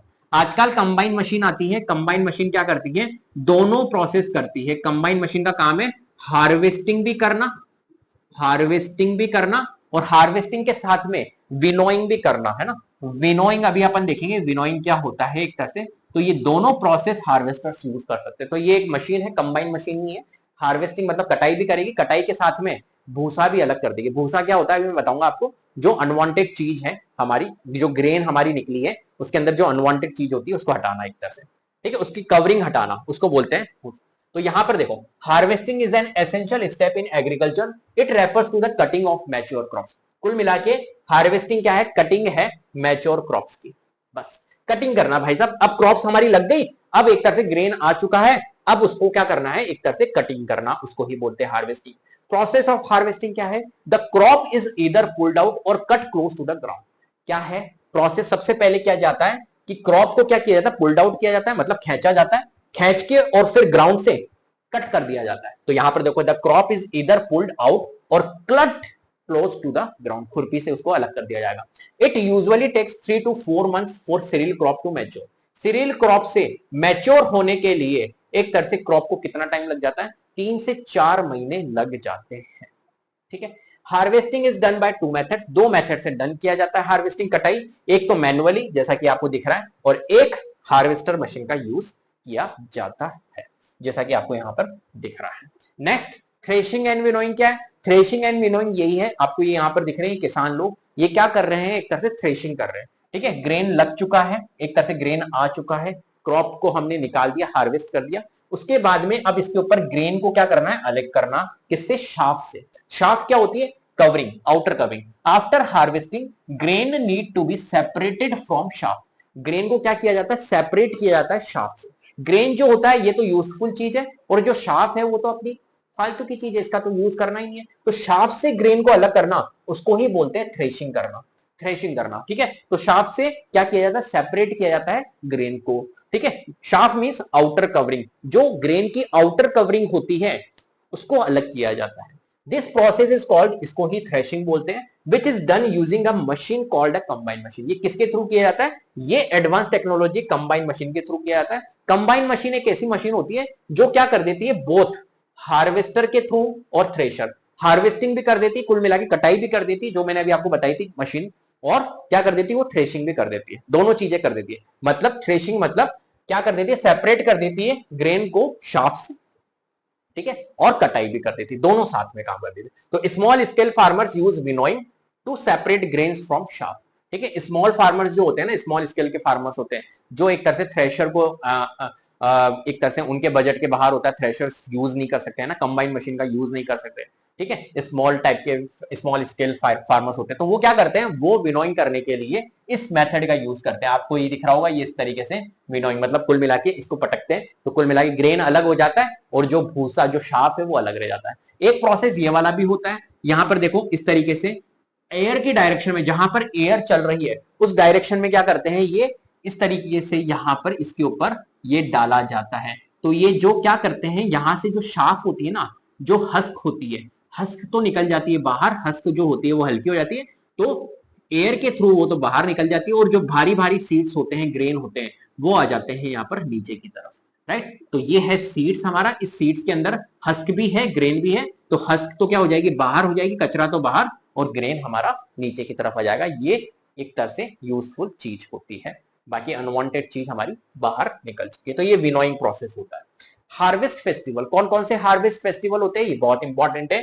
तो देखो the harvest season bring Joy and celebration among farmers, तो फार्मर्स के बीच में एक तरह से हार्वेस्ट फेस्टिवल जो होते हैं ना, हार्वेस्ट सीजन जो होते हैं ये एक तरह से जॉयफुल होते हैं, सेलिब्रेशन करने लायक होते हैं ये फेस्टिवल्स, राइट। तो कुल मिला के फार्मर्स की इतनी बड़ी 4 5 6 महीने की जर्नी होती है ना, इनमें इतनी मेहनत करते, कड़ी मेहनत करते हैं, फिर उसके बाद में कुछ दिन आते हैं जब कुछ सीजन्स में इनका क्या किया जाता है फेस्टिवल, ठीक है, सेलिब्रेट किया जाता है। तो it is time to relax and enjoy after months of hard work. Many festivals in different parts of India are associated with harvesting. ठीक है, कुछ फेस्टिवल्स जो होते हैं इंडिया में वो हार्वेस्टिंग से क्या है, एसोसिएटेड है। जैसे पोंगल है तो तमिलनाडु जो है ना उसके अंदर पोंगल बनाया जाता है, बैसाखी पंजाब में बनाया जाता है, होली और दिवाली का यूज किया जाता है, सेलिब्रेटेड वाइडली सब पूरे इंडिया में यूज किया जाता है, नाबानिया वेस्ट बंगाल में किया जाता है, बिहू है जैसे आसाम में किया जाता है। तो ये कुछ हमारे हार्वेस्टेड से रिलेटेड फेस्टिवल्स है जो कि एसोसिएटेड है फेस्टिवल। ठीक है, चलो why food grains need to be dried before storage. Food को स्टोर करने से पहले क्या किया जाता है भैया, ड्राई किया जाता है। क्यों ड्राई किया जाता है, क्या जरूरत है ड्राई करने की, बिना ड्राई किए भी तो रख सकते थे, नहीं, ड्राई करने की रिक्वायरमेंट क्यों, क्योंकि they are dried to reduce moisture in them. वो क्या करते हैं एक तरह से, उनको जब आप ड्राई करोगे तो उनके अंदर जो मॉइस्चर है ना उनको क्या कर देते हैं, वो रिड्यूस कर देते हैं। अगर मॉइस्चर रहेगा तो वो एक तरह से क्या होगी, उससे आपकी क्या हो सकती है, क्रॉप्स जो सॉरी क्रॉप्स तो होगी ना, उससे आपका ग्रेन खराब हो सकता है। तो this prevent attack by micro organism like bacteria and fungi. तो ये प्रिवेंट करता है एक तरह से, जब हम उसको ड्राई कर देंगे तो ये एक तरह से माइक्रो ऑर्गेनिज्म जैसे बैक्टीरिया और फंगाई का जो इंपैक्ट होना है उस ग्रेन के ऊपर, उससे ये उस अटैक से ये प्रिवेंट करता है। तो इसलिए ड्राई किया जाता है सोइंग से पहले, ठीक है, स्टोरिंग से पहले। How are food grain stored, कैसे स्टोर किया जाता है फूड को, तो फार्मर्स जो होते हैं वो जूट बैग और मेटेलिक बीन्स का यूज करते हैं। जूट बैग आपको दिख रहे हैं, ये बोरियों का यूज किया जाता है, फार्मर्स जूट बैग का यूज करते हैं, और मेटेलिक बीन्स जैसे छोटे छोटे पीपे होते हैं उनका यूज करेंगे, राइट। ऐसे लार्ज स्केल में अगर स्टोरेज करना, लार्ज स्केल, अब आपने देखा होगा कोई 2-3 पीपे थोड़ी ना है भाई साहब, लार्ज स्केल पूरे देश को देना है, पूरे इंडिया को देना है, तो कैसे देंगे, तो उसके लिए तो भैया लार्ज स्केल में स्टोरेज चाहिए। तो लार्ज स्केल में सिलोस का यूज किया जाता है, लार्ज एयरटाइट स्टोरेज यूनिट होती है सिलोस। यहां पर आपको दिख रहा है, ये देखो, इनको बोलते हैं अपन सिलोस। क्या बोलते हैं, सिलोस, याद रखना काम आएगा। तो सिलोस जो होते हैं लार्ज एयरटाइट स्टोरेज यूनिट होती है। यहां पर क्या किया जाता है, यहां पर बहुत सारे टन के अंदर स्टोर होता है ग्रेन, और ग्रेनरीज का यूज किया जाता है बल्क स्टोरेज में। यहां पर आपको दिख रहा है, ये देखो यहां पर ग्रेनरीज है, इनका रख रखाव मैनेजमेंट सब कुछ होता है, यहां पर सबका यूज किया जाता है, कीड़े वीड़े ना पड़े इनमें, पूरा प्रॉपर मैनेजमेंट होता है, तो इनको बोलते हैं ग्रेनरीज, और सिलोज में इनको रखा जाता है। चलो, तो स्टोरेज भी एक मेन चीज है। Food corporation of India FCI क्या है, एफसीआई एक गवर्नमेंट एजेंसी है, बाय करती है ग्रेन को फ्रॉम द फार्मर्स। फार्मर से क्या करती है, वो ग्रेन को ग्रो तो एक तरह से बाय करती है, and store them in big godown so that they can supply the grain through out the country. और क्या करती है, उनसे फार्मर से क्या करेगी, वो एक तरह से बाय करेगी, क्योंकि देखो फार्मर्स ग्रो करने के बाद में उनको रख नहीं सकते, क्योंकि स्टोरेज भी एक तरह से बहुत बड़ा मैनेजमेंट होता है, राइट। तो FCI food corporation of India क्या करती है, फार्मर से उनको ग्रेन को खरीदती है, बाय करेगी और स्टोर करेगी कहीं बिग गोडाउन्स के अंदर, जहां पर मैनेजमेंट होता है properly, so that they can supply the grains through out the country, जिससे क्या हो, वो एक तरह से पूरे कंट्री को ये क्या करते हैं, ग्रेन सप्लाई करते हैं। ठीक है, चलो नेक्स्ट, फूड फ्रॉम एनिमल्स। तो एनिमल से कौन कौन से फूड मिलते हैं, एक टॉपिक है आपके। तो animal provide us with a variety of food product just like plant, जैसे people in different regions consume different types of animal based foods. जैसे यहां पर देखो फूड मिल्क है, तो मिल्क किससे मिलता है, कौन से सोर्सेस से मिलता है, काऊ, बफेलो, गोट, कैमल, इनसे मिलता है। ऐसी एग्स किससे मिलता है, हमको हैन से, डक से। मीट किससे मिलता है, गॉड, शिप, हैन, फिश सबसे मिलता है भाई साहब। हनी किससे मिलता है, मधुमक्खी, हनी बी से मिलता है। फिश एंड सी फूड किससे मिलता है, फिश से मिलता है, क्रैब से मिलता है। तो कुल मिला के ये एनिमल से मिलने वाले फूड हमारे हैं। ठीक है, तो ये दिख रहा है, इनका यूज अपन यहाँ पर करते ही है। तो ये अपने टॉपिक है। एनिमल हस्बेंड्री क्या है, एनिमल हस्बेंड्री मतलब सिंपल सी बात है, एनिमल्स को रखना, कई सारे एनिमल्स को, ठीक है, उनका रख रखाव करना, उनकी एक तरह से उनको सिक्योरिटी प्रोवाइड करवाना, उनको शेल्टर प्रोवाइड करवाना, उनको फूड प्रोवाइड करवाना। ठीक है, कुल मिला के ये होता है एनिमल हस्बेंड्री। तो definition, the practice of rearing animals on farms और at home by providing them with food, shelter and care, उनको करना। ठीक है, उसको हम बोलते हैं रियरिंग एनिमल, मतलब एनिमल को रखना एक तरह से ऑन फार्म्स, और फार्मिंग करना उनकी, और एक तरह से फूड, शेल्टर और केयर उनको प्रोवाइड करना, उसको बोलते हैं animal husbandry. It includes the following, क्या, प्रॉपर फीडिंग ऑफ एनिमल्स, इसके अंदर क्या इंक्लूड है, प्रॉपर फीड देना एनिमल्स को, right, giving them proper food, proper shelter of animal, animal को कोई प्रॉब्लम नहीं होनी चाहिए, शेल्टर प्रोवाइड करना, give them place to live, preventing and curing animal disease, ठीक है, प्रिवेंट करना, कोई डिजीज हो गई फॉर एग्जांपल एनिमल को, तो उनको प्रिवेंट करना, दिखाना डॉक्टर को जो हमारे एनिमल्स के डॉक्टर होते हैं उनको दिखाना, प्रिवेंट करना कुल मिला के किससे, डिजीज से, ठीक है, वैक्सीनेशन करवाना प्रॉपर तरीके से, proper breeding of animal, animal की ब्रीड भी तैयार करना, हेल्पिंग देम रिप्रोडक्शन में, ताकि वो हेल्प करे, तो ब्रीड भी आपको क्या करनी है, प्रॉपर ब्रीडिंग करनी है एनिमल्स की। तो यहां पर आपको दिख रहा है, ये लेडी आपको दिख रही है, ये एक तरह से क्या कर रही है, एनिमल हस्बेंड्री यहां पर कर रही है, ठीक है। तो भैया लो, इस तरीके से अपना ये चैप्टर कंप्लीट हो गया है। उम्मीद करता हूं आपको ये चैप्टर बहुत अच्छे से समझ में आएगा। हर एक टॉपिक को मैंने यहां पर डिस्कस किया है, मुश्किल से आपको इस चैप्टर को मैंने 1 घंटे के अंदर कवर करवा दिया है। क्लियर है? तो अगर ये वीडियो पसंद आई है ना, तो चैनल को सब्सक्राइब कर लेना। सबसे पहली बात, सारी साइंस की वीडियोस लेकर आऊंगा, मैथ्स की वीडियोस लेकर आऊंगा, और भी इंटरेस्टिंग चीजें यहां पर अपन करने वाले हैं। इस चैनल से आप जुड़ जाना, राइट। तो उम्मीद करता हूं आपको वीडियो पसंद आई होगी। अगर वीडियो पसंद आई है तो प्लीज लाइक कीजिए, शेयर कीजिए, चैनल को सब्सक्राइब कर लीजिएगा, बेल आइकन को जरूर प्रेस कर लीजिएगा, जिससे कि अपकमिंग वीडियोस के नोटिफिकेशन आपको टाइम टू टाइम मिलते रहे। Thank you so much.